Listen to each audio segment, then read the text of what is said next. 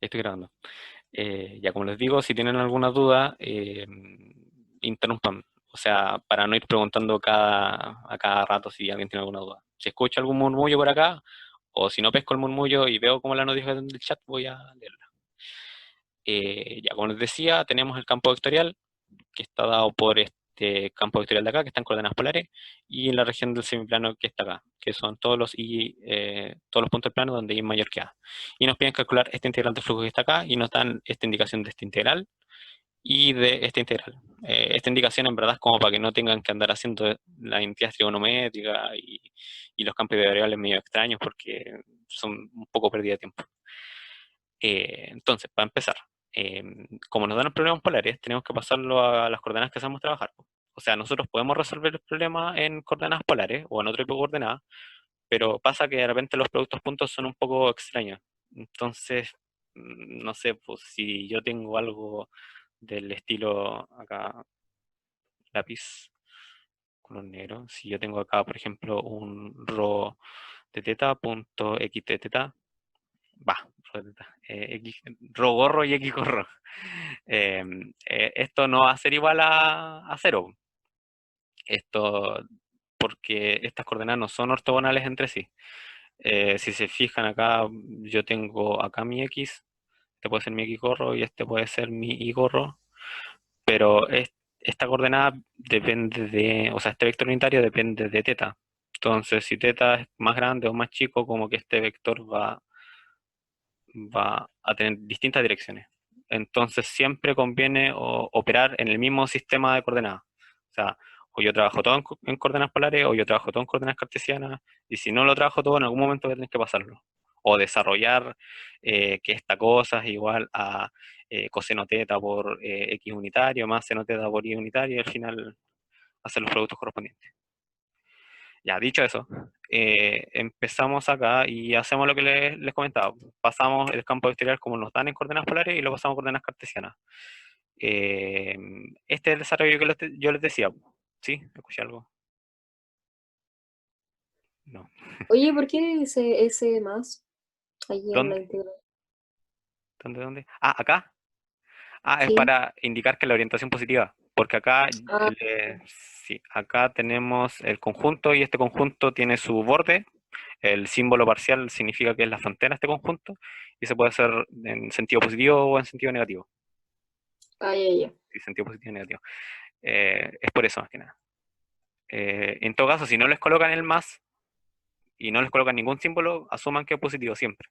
Como que cuando se quiere que se calcule en sentido contrario, se explicita. Ya, entonces, hay que pasar estas coordenadas cartesianas. Esta es la transformación del rho unitario a las coordenadas cartesianas. ¿Alguien se pierde con esto? Ya, este es el rho unitario. Entonces acá lo escribo como coseno teta x gorro, seno teta y gorro. Y eso me va a implicar que yo puedo separar esto por los vectores unitarios x e y, que son ortogonales, y me quedan estas expresiones que están acá. Entonces yo acá puedo escribir el rho y el teta en función de x e y, para esta expresión y para esta expresión. ¿Por qué quiero hacer esto? Porque quiero dejar todo meramente en sistema x e y. Entonces acá escribo la función de rho de xy, que es esta, y el teta xy, que es esta que está acá. Esto puede ser confuso, esto es un poco complicado porque tenemos que, no es simplemente la cotangente, porque depende de esta cuestión es positiva, si es negativa y todo el tema. Pero aquí tenemos la función. En el video lo explico con más detalle cómo se llega a la función por si acaso, pero no quiero así como hacer de nuevo 50 minutos porque no me alcanzará el tiempo para la otra pregunta. Ya, entonces tenemos tenemos la frontera que está definida por esto que está acá. Para encontrar la frontera simplemente tomé la restricción del conjunto, que es, oh, se me perdió el conjunto. Este es el conjunto. Entonces la frontera simplemente es lo que se da por la igualdad, que me define su restricción, entonces igual a. Y vemos que su parametrización, en este caso la parametrización positiva, está dada por t, a. Entonces, ustedes se imaginan de que la coordenada y siempre va a ser a, entonces va a ser constante y el x va a ser recorrido desde menos infinito a más infinito. ¿Sí? Entonces esa es su parametrización. Y por tema de notación y para generalizar con otro tipo de problemas, voy a decirte que la primera coordenada es una función de t y la segunda coordenada es una función de t también. Entonces, tengo la parametrización. Y bueno, también es importante saber de a dónde se mueve el parámetro. En este caso, de menos más infinito porque es como el semiplano infinito. Después de eso se puede calcular el vector normal con la fórmula que ustedes vieron en clase que el profe les demostró y pueden llegar a que el vector normal es 0,-1. Que eso tiene sentido. Lo voy a explicar un poco por qué tiene sentido. Se lo voy a dibujar para no explicárselos en el aire. Yo tengo acá mi plano y a mí lo que me dicen es que mi región es esta que está acá. Es todo el semiplano superior tal que el i de mis puntos sea mayor a A, donde A es esta cosa que está a esta altura. A. Eh, ¿Qué es lo que pasa? A mí yo obtuve como resultado que mi vector normal era 0,-1. Y efectivamente el vector 0,-1, un vector que parte acá y llega hacia abajo. Ahora, si yo esto lo ubico en cada frontera, me doy cuenta que en todos los puntos el vector normal va a corresponder a este. Y fíjense que el vector normal ya está normalizado, o sea, ya tiene norma 1. Entonces, eso me da a entender de que los cálculos que hice estaban más o menos buenos. O sea, cuando yo hago un problema de esto, siempre es bueno que yo tenga como la intuición geométrica. Por ejemplo, si yo tengo una región que me dicen que es un círculo, si un círculo de radio A, y quiero saber cuál es su vector normal, yo me esperaría que su vector normal fuera esta cosa que va para acá. Y, y en este caso, los cálculos me deberían dar el vector ρ unitario. Ahora, ¿qué pasa cuando las regiones son muy evidentes, como esta, según, bueno, sí, según yo, ustedes pueden decir como el vector normal es este, o sea, yo sé que un círculo el vector normal siempre va a ser ρ, entonces ustedes colocan el ρ, como para no tener que hacer el desarrollo tan detallado que se tiene que hacer acá, porque de repente puede ahorrarles tiempo. Ya, entonces tenemos el vector normal. Ya, aquí sí me voy a detener. ¿Tienen dudas hasta el momento?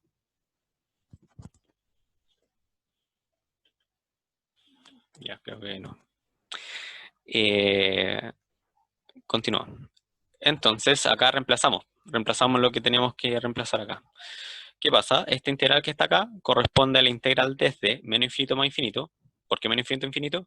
Porque o sea, son los límites que recorre mi variable t de mi función evaluada en mi parametrización por mi vector normal también evaluado en mi parametrización. En este caso mi vector normal es constante, entonces no, acá simplemente voy a reemplazar una constante.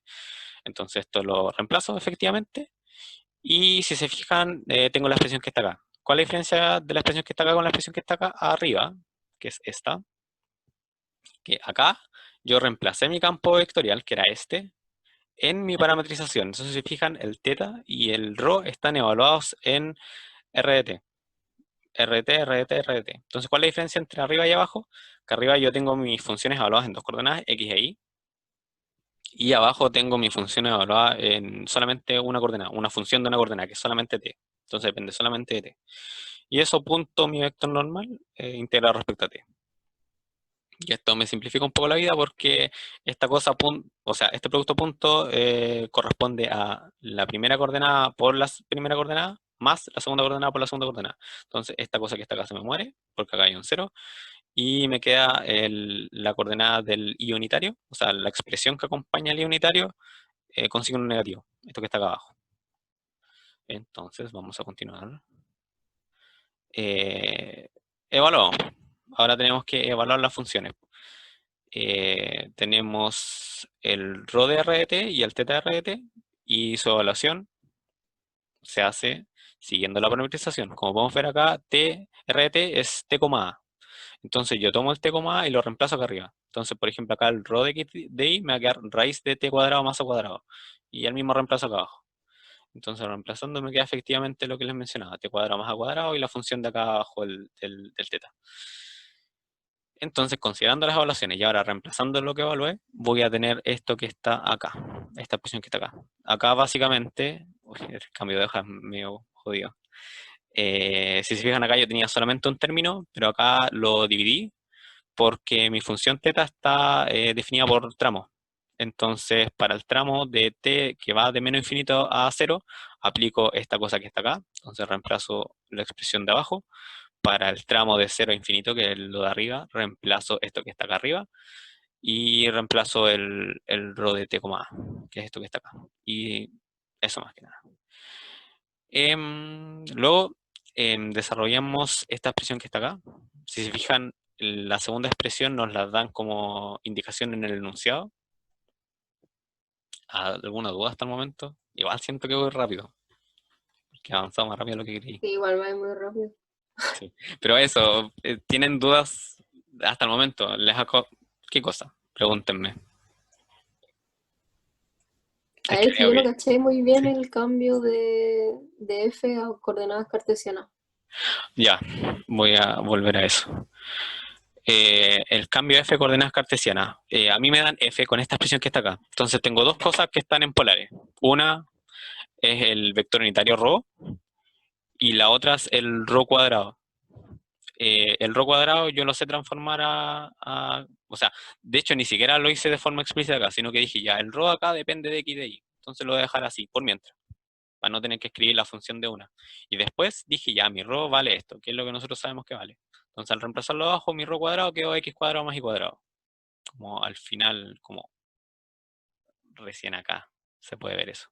X cuadrado más y cuadrado, donde reemplacé t como x y a como y. Ah, Em, ya. ya, eso con esta cosa. Y lo que puede complicar más es el vector unitario, porque el vector unitario no es tan sencillo de visualizar cómo transforma las coordenadas cartesianas, pero tiene que ver con lo que yo les grafique acá. Yo tengo que mi rho unitario es esta cosa que está acá, y ese en verdad depende del ángulo teta, no una cosa que sea como siempre constante. Entonces, ¿qué pasa? Este ρ se forma por dos vectorcitos, por este vectorcito pequeño que está acá y por este vector que está acá. Entonces, ¿cuánto vale este vector que está acá? Este tiene como módulo, acá y acá, este tiene como módulo coseno de teta, porque esta cosa es unitaria, entonces no va el a coseno teta y esas cosas. Entonces, yo sé que coseno de teta en mi eje x unitario, más seno de teta, porque esta es la altura del seno de teta, y unitario, eso me va a definir mi vector ρ. Entonces, todas estas definiciones dependen de si yo estoy trabajando con coordenadas cilíndricas, con coordenadas esféricas, con coordenadas toroidales, etcétera, pero en general cosas así se les van a dar. Así que no se preocupen mucho por, así como, que la geometría pueda ser muy compleja. Pero oye, sí, pues, ¿Sí? y que lo cambiaste a cartesianas porque el S lo dan en cartesianas, ¿cierto? ¿O no? O, Sí, sí, lo cambié a cartesiana porque el S está pintado para trabajarlo en cartesiana, porque es como la mitad de un plano. Yo podría haber trabajado el S en sí. polares, y en un momento pensé en hacerlo, pero después como que dije no, porque me voy a meter en un terreno muy desconocido, a lo mejor me da una vuelta excesivamente larga. Porque no sé si eso sale más corto o no, pero también se puede parametrizar en polares. Acá ustedes Ya. estarían barriendo un ángulo que parte menos pi, o sea, parte como acá, así como que apunta al menos infinito, y termina en pi. Entonces recorrerían como un semicírculo. Y el ρ ahí tendrían que ver cómo depende de teta, porque ahí el ρ sería variable y dependería de teta, aparte de los ρ unitarios y esas cosas. Eso. ¿Más dudas que hayan quedado intermedias hasta el momento? Pusieron en el chat. Pusieron. Ya, sí. ¿Cómo calculaste el vector normal? Ya, en verdad esto es básicamente la definición que dio el profe. Cuando ustedes, a ver, esto tiene que ver, es que en verdad no sé si se los demostraron como tal, ¿ah? Porque igual según yo el teorema de Green es como bien, como caso particular del caso particular del caso particular. Entonces, partir por el teorema de Green a veces puede ser confuso. Pero cuando vean superficie, a ver, voy a verlo acá.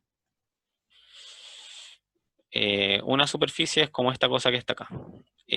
Lo que se hizo al principio antes de que vieran como superficies en 3D, fue introducir la superficie como un parche de R2. Entonces este parche de R2 va a estar determinado por su, su borde, su frontera, o por alguna ecuación que parametrice su interior. En el punto donde el profe introdujo el teorema de Green, el profe como que definió la superficie como algo que encierra una curva. Y el profe demostró que la ecuación del vector normal corresponde a una expresión que depende de mi parametrización. Y tiene sentido igual porque si se fijan como que eh, si yo voy parametrizando de esta forma, siempre mi vector normal cumple lo que dice acá. O sea, a ver, lo voy a copiar, lo voy a intentar demostrar como gráficamente. El vector normal, como sale acá, lo damos por la derivada de la segunda componente menos la derivada de la primera componente. Entonces va a ser, se me va a olvidar, va a ser, yo no me lo sé de memoria porque es como, según yo, mucho truco. Eh, la derivada de la primera componente, o sea, de la segunda componente, R2 y menos R1. De eso derivado. Entonces, ¿qué es lo que pasa? Los vectores R y 1 en verdad dependen de dónde yo ubico el origen. Por ejemplo, yo puedo tener el origen ubicado acá, acá. Y yo voy a tener que, por ejemplo, este va a ser R. Este va a ser R de T. ¿Sí? ¿Se entiende? ¿Por qué? Ya, la gracia es que cuando yo calculo el R punto, así como vector, lo que estoy encontrando es el vector que recorre esta cosa de forma tangencial a mi borde. Entonces acá yo tengo R de T punto. Entonces si se fijan, acá ¿qué es lo que me dicen? Me dicen, mira, tu primera coordenada del vector normal va a ser lo que corresponde a tu segunda coordenada del vector tangente. Entonces, ¿cuál es mi segunda coordenada del vector tangente? Va a ser una cuestión que apunta más o menos hacia abajo. Entonces digo, ah, ya, entonces mi primera coordenada va a ser esta cuestión negativa. Entonces va a ser algo tirado como para acá. Por otro lado, me dicen, tu segunda coordenada de tu vector normal va a ser el inverso de tu primera coordenada. Que en este caso va a ser algo así como, mi primera coordenada apunta levemente a la izquierda, entonces mi coordenada acá tiene que ser levemente positiva. Entonces va a ser levemente algo en el eje Y, porque estoy intercambiando las posiciones. Y eso me da como resultado que mi vector normal en verdad va a ser una cosa así. Que si no dio normal es porque lo dibujé a mano, pero es toda normal. Entonces, como depende en verdad de la velocidad a la que yo estoy recorriendo mi curva, esta cosa no necesariamente tiene norma 1, después se tiene que normalizar y todo ese tema. Pero va por ahí más o menos la demostración. ¿Se cachó?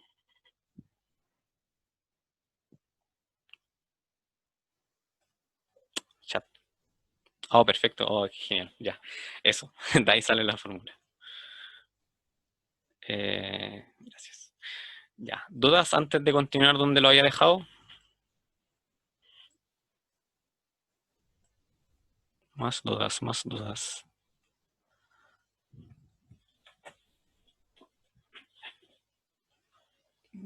Ya, creo que no. Creo. Cualquier cosa me interrumpen. Si escucho un murmullo o veo un numerito en el chat, voy a parar. Ya. Em, iba acá. Iba a reemplazar la expresión y separar esta cosa en tramos. Entonces simplemente acá fue un reemplazo y quedó esto. Y acá desarrollamos la primera expresión trigonométrica, que está acá, en función de lo que nos dan, que en el enunciado esto no nos lo dan. O sea, esto está como acá. Nos dicen que seno del arco tangente de x igual a x partido en esta raíz. Entonces, si se fijan acá, bueno, acá abajo simplemente lo reemplacé, pero acá a la izquierda tengo que desarrollar. Pues. Entonces, esto es como el seno de una suma. El seno de una suma es como el seno del primer término por el coseno del segundo, más el coseno primero, más el seno del segundo. Esto tampoco se preocupen mucho aprenderse la memoria. Eh, reemplazamos. Pues. Esta es la expresión que nos dice el enunciado. Acá está la fracción. por coseno pi, que es menos 1, más el coseno de esta expresión por el seno de pi, que es 0. Entonces como que aquí es 0 nomás. Y esto va a ser igual a menos esta fracción que está acá. ¿Sí? Sí. Entonces,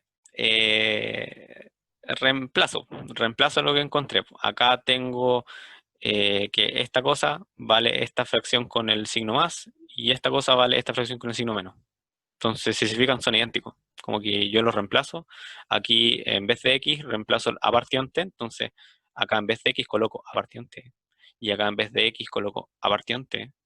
Y reemplazado.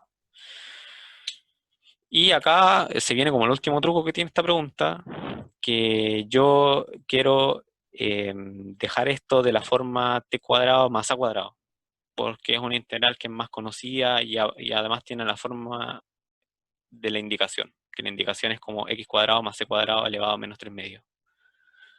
Entonces, esto ya tiene la forma de ser la potencia un medio de algo y esto tiene la forma de ser la potencia 1 del mismo algo. Entonces, yo quiero dejarlo de una forma que yo los pueda multiplicar y me quede la potencia partido en 3 medios acá abajo.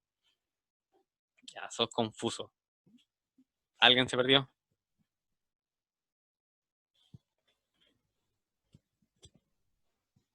Ya voy a seguir.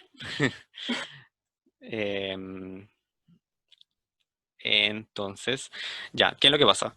Eh, en este caso está todo sencillo, porque t es positivo. Entonces acá multiplico por t arriba, entonces se me simplifica con este t, y multiplico por t abajo. Y este t lo paso dentro de la raíz. Entonces dentro de la raíz voy a tener un t cuadrado. Entonces acá el t cuadrado me queda multiplicando al 1, entonces me queda esto que está acá. Y el t cuadrado de acá se me cancela con el t cuadrado del denominador de acá, y me queda a cuadrado. Entonces acá simplifiqué el t, me quedó solo arriba. Acá simplifiqué este cuadrado de acá y lo pasé acá multiplicando el 1 y me queda esto que está, me queda la raíz de a cuadrado más t cuadrado. Y eso lo multiplico por a cuadrado más t cuadrado. Y sumando los exponentes me queda a cuadrado más t cuadrado elevado a 3 medios. Eso con la expresión que está acá.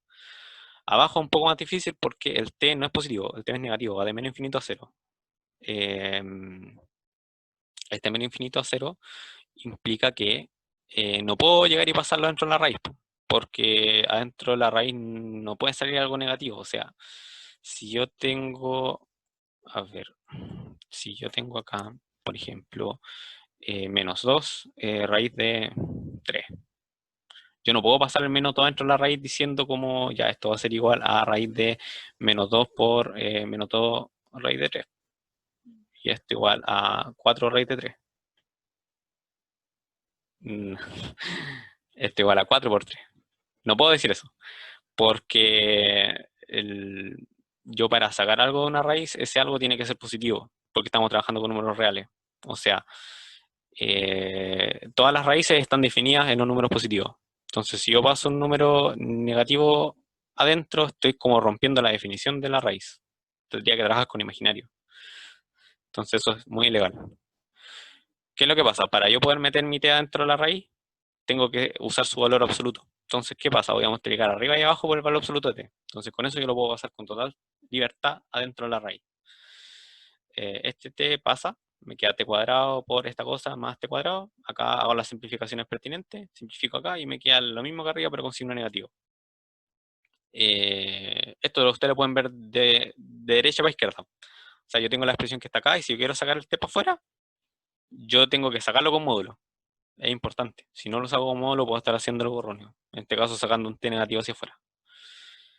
Eso. Entonces, hacemos eso. Y nos queda la expresión que está acá. Nos queda esto. Acá con signo positivo y acá también. Le puse ese asterisco porque el asterisco es un paso importante. Si no, queda con signos cambiados. A mí, cuando yo resolví el problema, se me quedaron con signo opuesto y se me cancelaban y me quedaba cero. Y me quedaba cero y el problema cuando tú lo ves, o sea, tienes tu región en el espacio, tienes tu frontera y ves que siempre hay como vectores incidiendo sobre él y ninguno se cancela con ninguno. Entonces que dé cero es raro. Esto lo explico en el video en todo caso. Todas estas como indicaciones. Antes del minuto 20 y tanto como algo. Así que pueden verlo. Ya, ¿qué pasa? Encuentro la primitiva, que la primitiva es la que me da el enunciado. O sea, oye, la hoja. Ya, ahí está. La primitiva es la que me da el enunciado de acá. La primitiva de esta cosa, la menos 3 medios, va a ser igual a esto. Entonces, si saco la constante, o sea, la ignoro, por así decirlo, y reemplazo, me queda esto que está acá. Ya, o sea, esto igual es que desarrollarlo, o sea, idealmente a mano o irlo viendo, porque son como pasitos, simplificaciones que de repente no se puede perder. Pero es pura álgebra, pura matraca. Y después reemplazo. Reemplazo mi límite de integración, t igual 0 y t igual a, o sea, t que tiende a menos infinito. Entonces, si yo reemplazo t igual 0, acá me queda 0, acá en la segunda expresión también me queda 0, y en la segunda expresión tiro el límite. O sea, cuando esta cosa se va, por ejemplo acá, cuando esta cosa se va a infinito, me queda que esto lo quería resolver con límite en la postre, no sé por qué no lo hice. Creo que lo hice en el auxiliar, lo explico con detalle. Pero cuando el t se va a infinito, como que esto vale nada, el a cuadrado, entonces me queda t partido a raíz de t cuadrado. Y t cuadrado vale t. Se me simplifican los t, me queda 1 partido a nada. Acá a la izquierda, también, ojo con el tema del valor absoluto, porque acá también si tiro el t a menos infinito, como que el a termina valiendo nada, y mi t tendiendo a menos infinito, hace que mi t cuadrado tienda a infinito. Y la raíz de mi t cuadrado, o sea, el valor absoluto de t, va a tender a infinito positivo. Entonces acá voy a tener un infinito positivo que se me va a simplificar con un infinito negativo y me queda menos 1. El menos 1 que está acá. Y acá hago la matraca y llego al resultado. Todas. Fue muy rápido. Pero también el tiempo nos tiene muy pillados. Son un cuarto para las 7. Ya, miren, estamos cortos de tiempo. Yo al menos no tengo problemas de tiempo, pero no sé si ustedes. Así que decidan. Yo puedo continuar con la auxiliar, con la P1 en la auxiliar 7, que no debería demorarme tanto. Eso sí, me tenía que esperar un poco porque tengo que hacer una cosa así como 5 minutos y vuelvo. Y también sirve para descansar. O lo terminamos. Ustedes escogen. Si quieren votar, háganlo en la sección de participantes de la cosa de Zoom y pueden poner como la cosa verde sí o la cosa roja no. Va a ser buena idea. Ahora ya terminaste el Sí, el auxiliar Ah, 1 ya ya. está, o sea, el auxiliar 6 ya está terminada la P1. Eso es todo lo que tenían que saber, porque acá llegamos al resultado final. Ahora lo abrevié mucho. Este problema es largo. Y un problema así tampoco debería entrar en control porque siento yo que evalúa cosas que no deberían hablar. Les voy a hacer confidente. Este problema lo inventé porque me costó mucho encontrar problemas, como problemas pertinentes. E intenté hacer uno parecido, pero fue mucho. Es difícil calibrar la dificultad de un problema. Pero salió. Ahí está. Ya, lo voy a... Ahí tampoco tengo problema en quedarme, sí. Ya, votos, No sé votos, qué. votos.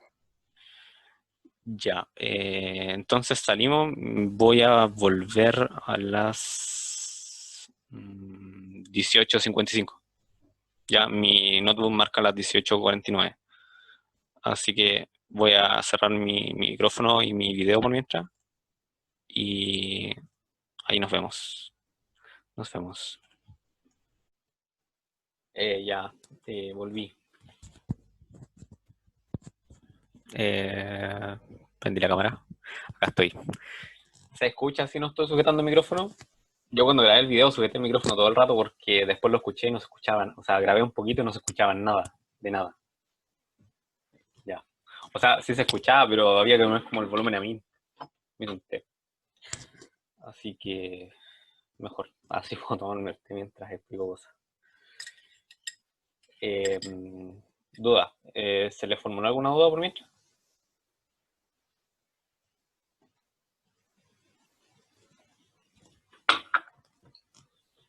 Ya creo que no. Ya vamos a partir con la pregunta 7. O sea, con el auxiliar 7, pregunta 1. Ya esta es más cortita, creo, no sé. Eso no sé que es corta, pero se demora un montón.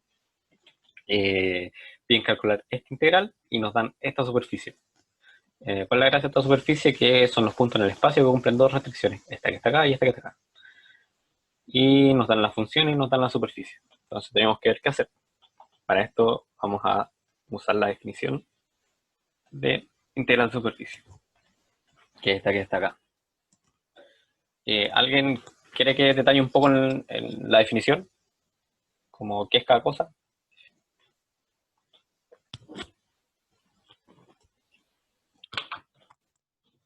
Ya. Sí, ya. Bueno, la forma que tiene una integral de superficie es esta expresión que está acá. La doble integral de S, acá me dan el S, me dan la función, respecto a S. Espera un segundo.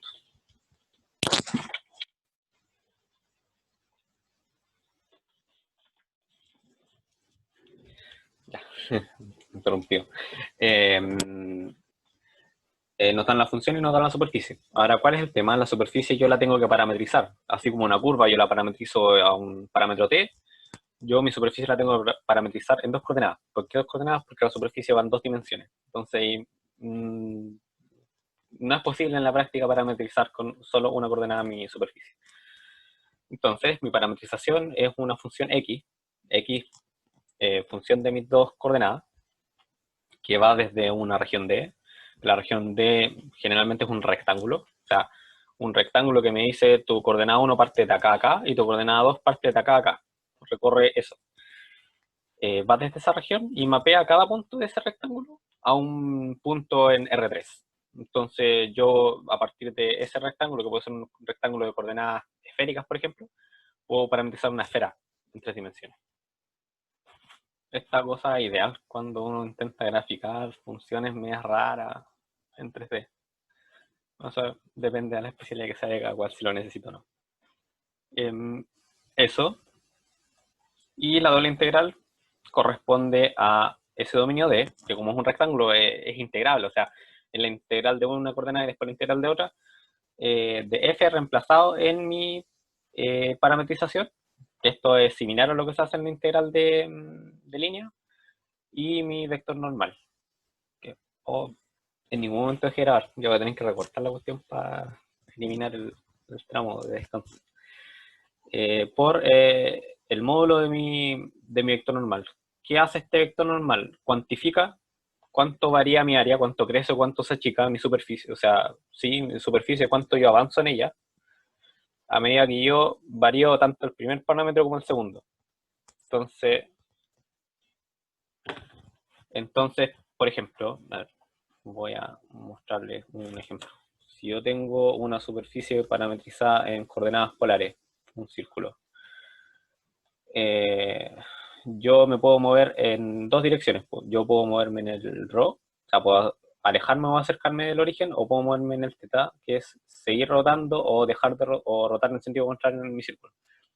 Entonces, yo puedo cuantificar de una manera cuánta área crece de mi superficie a medida que yo me muevo así un poquito, una derivada, en una dirección, en una coordenada y en la otra coordenada.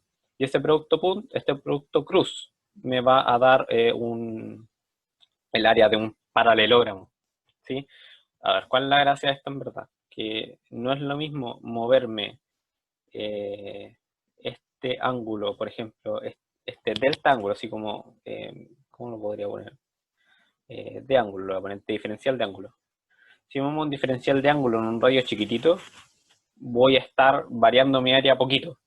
Pero si yo tengo un círculo de radio, si 100.000 millones, y me muevo ese mismo poquito, mi área va a variar más porque o sea, estoy moviendo, si bien es poquito, pero el radio es 100.000 millones, entonces como que va a estar rotando así mucho en distancia. No sé si se entiende más o menos la idea. Entonces, por eso existe ese vector normal, para cuantificar esas variaciones de área. O sea, ese módulo del vector normal, en verdad. Porque el vector normal da una dirección, que la dirección del vector normal es como la normal a la superficie. Entonces, yo tengo una superficie definida por mi mano, como ahí, el normal va a ser el perpendicular. Y eso tiene que ver con lineal, que uno con un vector normal puede definir un plano. Eso. Igual es un poco, según yo, intimidante la función. O sea, la expresión de la integral. ¿Más dudas?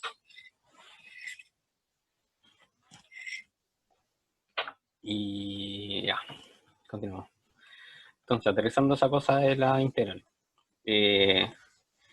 Tengo mi superficie, tengo mi integral. En la pauta yo detallé harto, si se fijan, como que hay harto párrafo y harto, sí, harto hablamiento sobre cómo yo escojo mi parametrización. ¿Por qué es importante? Porque la parametrización básicamente lo es todo. Si ustedes se fijan acá, la parametrización está metida dentro del F, está metida en los vectores normales y está metida en el D, porque el D va variando si yo lo parametrizo de una u otra forma. Entonces, si yo parametrizo mal, puedo llegar a cosas que sean imposibles de resolver. Las superficies, igual que las curvas, tienen formas infinitas de parametrizar distintas. Por eso siempre pues, no hallar las adecuadas y siempre usar las conocidas, o sea, las cartesianas, las polares, las esféricas. Más de eso no debería salir. Y existen otras, que depende de otras geometrías, pero eso ya es como un problema más rebuscado. En este caso, básicamente todo lo que escribí ahí es para ver si parametrizamos cartesianas, parametrizamos polares o parametrizamos, o sea, cilíndricas o en esféricas. ¿Qué es lo que pasa? Si se fijan en la primera restricción, tengo x cuadrado más y cuadrado menor o igual a 4. Esto es el círculo toda la vida en el plano. Si yo lo veo en el plano, esto es como un círculo radio 2. Pero como esta cosa está en 3D, mi círculo radio 2 en verdad no va a ser un círculo, sino que va a ser un cilindro. Porque mi z va a variar, me puedo hacer cualquier cosa, porque no tiene restricción. Entonces z puede ir a más infinito, puede ir a menos infinito. Entonces voy a tener mi círculo y un cilindro. ¿Qué pasa con mi cilindro? Como que ya me da al tiro la idea de que si lo parametrizo en esférica, no voy a poder parametrizar un cilindro en esférica. Como que las coordenadas naturales son las coordenadas cilíndricas. ¿Y qué pasa con mi coordenada z, como les dije? No tiene restricción, entonces no me va a preocupar del z de la cilíndrica. Entonces ahí como que ya me da la idea de que puedo parametrizar en polares. Polares solamente el x y el y, que es el x y el y que está definido por esta restricción. Por otro lado, mi segunda restricción me dice que z es igual a algo. Y es algo súper particular porque es un plano. O sea, es 4 más x más y. Es la ecuación de un plano que a medida que yo crezco en x crece, a medida que yo crezco en y crece, y el 4 es el intercepto de x igual 0. Pero ¿cuál es la gracia? Que el z depende netamente de x e y. Entonces al final, ¿qué es lo que digo yo? Z lo voy a parametrizar con las mismas, con el mismo sistema de coordenadas que el x y el y. Eso lo formalicé más acá. O sea, si lo vamos viendo, acá ya les explico que primero es necesario encontrar parametrización de S, es conveniente observar las restricciones que tienen S. La primera restricción es x cuadrado, voy a sacar un poquito más. X cuadrado más y cuadrado menor o igual a 4, que en el plano 2D se entiende como un círculo, pero como esta cosa es un subconjunto de los reales al cubo, que es el espacio cartesiano, define un cilindro radio 2. El eje de simetría sería en este caso z igual a 0 porque está centrado en el origen y crece con z en los reales. Por esto se sugiere utilizar coordenadas polares para x e y. Es decir, x dependen de ρ y de teta, de la forma ρ coseno teta, e y también dependen de ρ y de teta, de la forma ρ seno teta. ¿Hasta ahí alguna duda?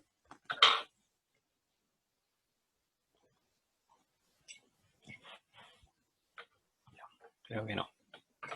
Creo que no. La O sea, segunda. oye, Ah, sí, sí. eh, o sea, Z depende de ρ y de teta porque Z depende de X y Y, como algo así. Eso. Acá lo dejo más formalizado. Ah, ya. Acá tengo que el z depende de x y de y, eso es por mi segunda restricción. Ahora, hay veces en las que eso no es directo, porque yo acá podría haber podido tener, por ejemplo, el logaritmo de z más x igual a y cuadrado. Y ahí como que ya es más raro, como que no estáis seguros si de verdad z depende de x y de y, como función. Entonces acá yo Ah, ya. digo, z es una función de x y de y. Y como yo estoy usando coordenadas polares y mi x es función de ρ y de teta, y también es función de ρ y de teta, mi z, por transitividad, va a depender solamente de ρ y de teta. ¿Sí? Ahí. Ya. Entonces, si yo quiero hallar la expresión más explícita, reemplazo. Digo z igual a 4 más x más y, eso va a ser igual a 4 más ρ coseno teta más ρ seno teta, factorizo y me queda la expresión que está ahí abajo. Ya, entonces tenemos esa expresión de ahí abajo. Y ahora que ya tenemos como la forma de nuestra parametrización, lo importante es conocer nuestro dominio, o sea, D, que D es un rectángulo. Tenemos por un lado que el ρ va de 0 a 2, porque mi círculo es de radio 2. Entonces el ρ solamente se va a mover en ese intervalo. El θ va a recorrer de 0 a 2pi. Entonces, eso, en conjunto con mis restricciones, me van a definir la superficie. ¿Cómo armo yo esto? El dominio, que en este caso es D, corresponde al producto cruz del primer intervalo, que en este caso es 0,2, y al segundo intervalo, que en este caso es 0,2pi. Y eso me va a definir D, el rectángulo. Si se fijan, este rectángulo está en coordenadas polares, no está en coordenadas cartesianas. No se confundan con que el rectángulo tiene que ser sí o sí en coordenadas cartesianas. Puede ser en cualquier sistema coordenado.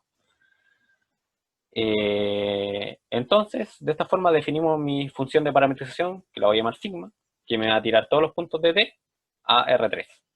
O sea, cada punto de mi rectángulo D, o sea, cada rho y cada teta, cada par rho, teta, me va a tirar un punto en el espacio, que va a ser un punto en mi superficie.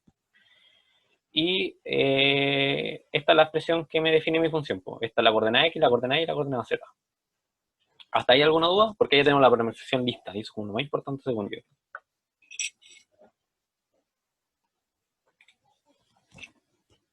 ¿No? No, ya. Ahora calculamos las derivas parciales. Las derivas parciales tienen que ser en base a cada coordenada, en este caso rho y teta. Entonces mi derivada parcial respecto a rho es esta que está acá. O sea, se me muere el rho porque, bueno, es rho por una constante. Acá lo mismo, acá se me muere el cuerpo por una constante, acá se me muere el rho porque también es como rho por algo y me queda solamente el algo, que es una constante. Acá respecto a teta, calculo la derivada y es lo que me da acá abajo. Ahí me imagino que se entiende. Entonces, esas derivadas parciales yo las necesito para calcular el vector normal y la norma de ese vector normal. Ya, esto el reemplazo, en verdad, esto es como lo más matraca del control. Esto yo lo hago siempre con el determinante. Entonces acá tengo que, mi primera coordenada va a ser esto por esto, menos esto por esto, lo reemplazo. Acá va a ser mi segunda coordenada, menos esto por esto, menos esto por esto, lo reemplazo. Y mi tercera coordenada es lo mismo. Esto es puro desarrollo algebraico. Así que sí, ahí hay que verlo y si es que hay alguna duda. Acá tengo la identidad trigonométrica de coseno cuadrado más seno cuadrado, me queda el rho. Y acá lo que hice de este paso a este fue desarrollar, o sea, expandir mis expresiones y dejarlas de forma más expedita para operar. Y después de eso, me fijo que este se me cancela con este que está acá, el seno coseno se me cancela con el otro seno coseno. Acá me queda menos rho coseno cuadrado menos rho seno cuadrado. Entonces eso me da la identidad bonita. Y me queda que mi segunda coordenada es menos rho. Con la primera coordenada, el cuento es bien similar. Se cancelan y queda la misma identidad trigonométrica, me queda menos rho. Entonces, finalmente, mi producto cruz va a ser eso que está ahí, que se ve bien bonito. Después de eso le calculo la norma. La norma está dada por este desarrollo que eventualmente me da raíz de 3 rho. Ya, hasta ahora. ¿Dudas?